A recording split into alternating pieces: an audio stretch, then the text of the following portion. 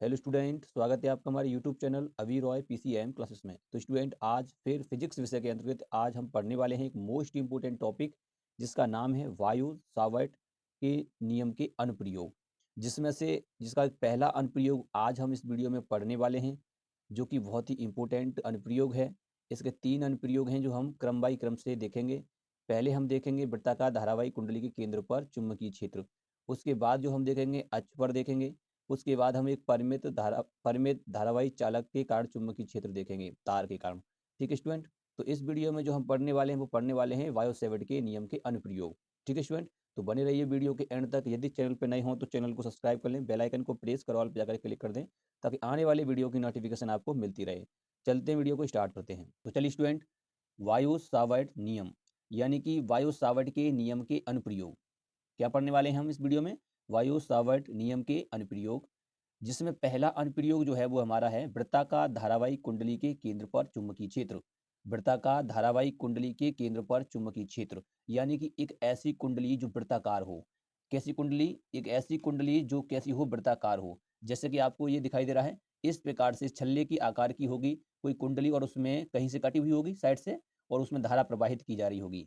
तो उस पर ही हमें क्या देखना है? चुंबकीय क्षेत्र। जैसा कि हमने पढ़ लिया है कि वायो सेवर्ट के नियम से कि अल्पांश के कारण चुंबकीय क्षेत्र कितना होता है, वो हमने पढ़ लिया है। वायो सेवर्ट का नियम, यदि आपने वीडियो नहीं देखी है वायो सेवर्ट नियम वाली, तो जाकर के उस वीडियो को देख लें, ताकि ये टॉपिक जो है आपको क्लियर हो सके। क्योंकि वायो सेवर्ट का जो नियम मैंने बताया है, उसमें मैंने बताया है कि किस प्रकार से एक तार के कारण चुंबकीय क्षेत्र निकाला जाता है। एक तार पर अल्पांश लेकर के चुंबकीय क्षेत्र किस प्रकार से ज्ञात किया जाता है, वो वायो सेवर्ट का नियम में मैंने आपको बताया है। जाकर के उस वीडियो को देख लीजिए, ताकि आपको ये टॉपिक क्लियर हो जाए। ठीक है स्टूडेंट, तो किस प्रकार से हम यहाँ पर निकालेंगे?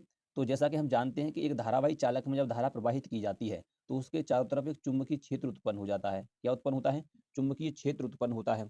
यह चुंबकीय क्षेत्र की गणना किसने बताई थी? सबसे पहले बताई थी ऑस्टियर ने। किसने बताई थी? ऑस्टियर ने बताई थी। ठीक है स्टूडेंट, उसके बाद जो तुम्हारे साइंटिस्ट आए थे वायो और सावर्ट, इन्होंने अपना एक गणना के आधार पर, उनकी गणना के आधार पर अपना एक व्यंजक दिया था, एक सूत्र दिया था चुंबकीय क्षेत्र ज्ञात करने का। तो उन्होंने एक अल्पांश के कारण चुंबकीय क्षेत्र का व्यंजक दिया। उसी की सहायता से, यानी कि वायो सेवर्ट के नियम की सहायता से, एक वृत्ताकार कुंडली के केंद्र पर हम चुंबकीय क्षेत्र ज्ञात करेंगे। ठीक है स्टूडेंट, तो चलिए पहले समझते हैं इससे को एक चित्र के माध्यम से कि किस प्रकार से वृत्ताकार धारावाही कुंडली में अल्पांश लिया जाएगा और उसके कारण चुंबकीय क्षेत्र केंद्र पर निकाला जाएगा। तो चलिए स्टूडेंट, जैसा कि आपको दिखाई दे रहा है कि कुंडली यहाँ पर ली गई है, एक वृत्ताकार कुंडली है, और कितनी है? कैपिटल आर त्रिज्या की एक वृत्ताकार कुंडली है, जो एक बैटरी से संयोजित है, जिसके द्वारा एक धारा प्रवाहित की जा रही है। इसमें आई धारा प्रवाहित की जा रही है। आई धारा जब इसमें प्रवाहित होगी तो स्टूडेंट, इसमें धारा प्रवाहित होने से इसके चारों तरफ एक चुंबकीय क्षेत्र उत्पन्न हो जाएगा। क्या हो जाएगा? एक चुंबकीय क्षेत्र उत्पन्न हो जाएगा। तो हमें इसके कारण से केंद्र पर चाहिए, केंद्र पर कितना चुंबकीय क्षेत्र होता है। ठीक है स्टूडेंट, तो इसमें क्या करना होगा?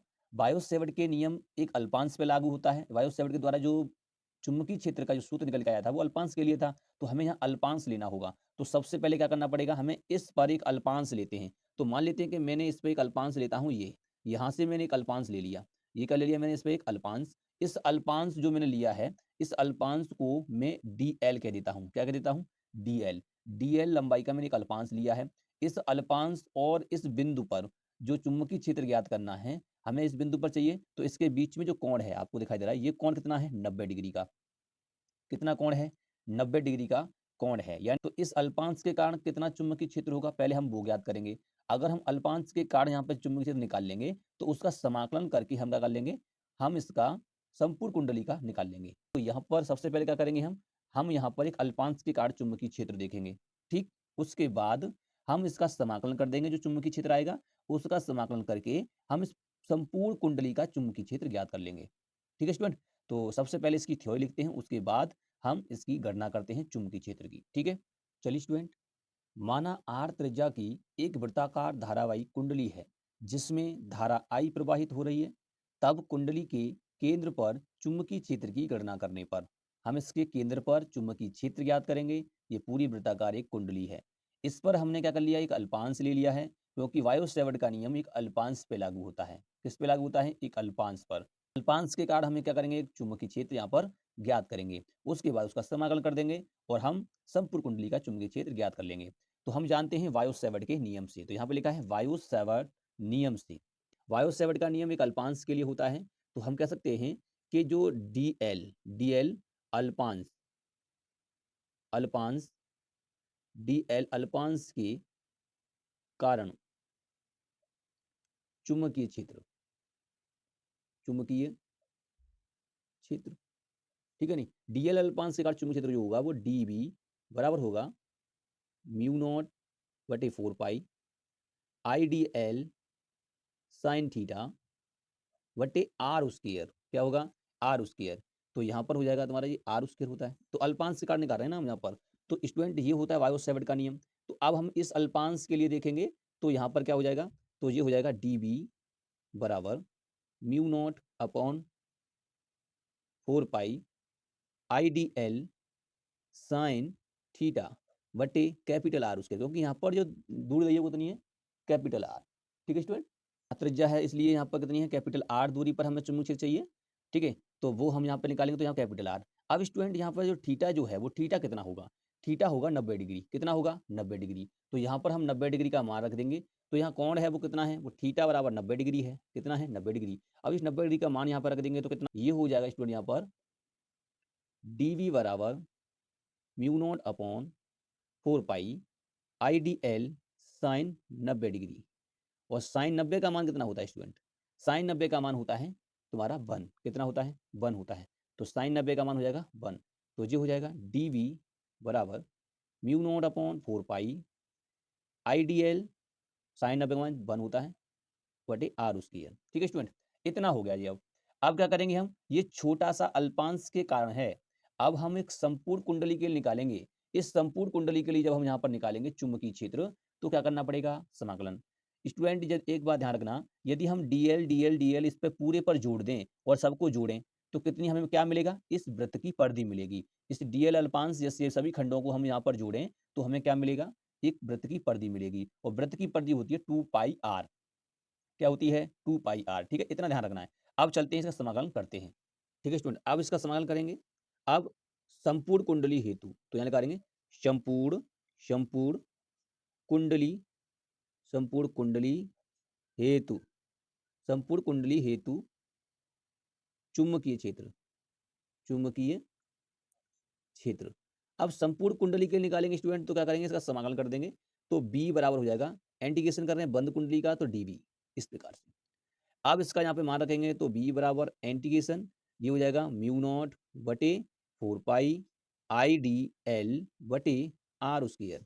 स्टूडेंट यहाँ पर जो कांस्टेंट चीज होती है उन्हें बाहर निकालेंगे, उनका समाकलन नहीं होता है। ठीक है, तो ये कांस्टेंट चीज है, इनकी वैल्यू होती है, इसकी भी वैल्यू होगी, और यहाँ पर जो आई है उसकी भी एम्पियर में धारा की जो वैल्यू होगी। ठीक है, तो इनको बाहर निकाल लेंगे, तो ये कितना हो जाएगा? बी बराबर म्यू नॉट बटे 4 पाई जो हो जाएगा तुम्हारा आई बटे आर स्क्वायर। ठीक है स्टूडेंट, और अंदर रह गया यहाँ पर तुम्हारा डीएल। अब ये डीएल जो है वो किसके बराबर होगा? समाकलन कर रहे हैं हम, छोटा सा खंड है, इसका समाकलन करते हैं तो संपूर्ण कुंडली का निकल के आएगा। तो यहाँ पर कुंडली का क्या होगी? परिधि होगी। तो ये कुंडली की क्या होगी स्टूडेंट? परिधि। तो ये निकल के आएगा तुम्हारे बी बराबर म्यू नॉट अपॉन 4 पाई आई बटे आर स्क्वायर इंटू ये परिधि हो जाएगी 2 पाई आर। तो 2 पाई आर कैपिटल आर स्क्वायर, नहीं सॉरी कैपिटल आर होता है। ठीक है ना स्टूडेंट, कैपिटल आर हो जाता है, परिधि होती है वृत्त की। अब क्या करेंगे? आप यहाँ पर देख सकते हैं कि पाई से पाई कैंसिल, 2 से 2 कैंसिल 2 बार। ठीक है नहीं, आर से एक आर इसमें से कैंसिल, तो क्या बचा यहाँ पर? तो स्टूडेंट यहाँ पर तुम्हारा जो बचेगा वो क्या बचेगा? तो ये बचेगा बी बराबर म्यू नॉट आई वटे 2 आर, केवल इतना बचा। तो ये तुम्हारा यहाँ पे क्या निकल आया? इस कुंडली के कारण केंद्र पर चुंबकीय क्षेत्र। ठीक है स्टूडेंट, ये कुंडली कारण क्या है? केंद्र पर चुंबकीय क्षेत्र निकल के आया है। यदि स्टूडेंट इस कुंडली में एन फेरे होते तो, यानी कि अभी एक ही फेरा था, एन फेरे हो तो एन फेरे हेतु एन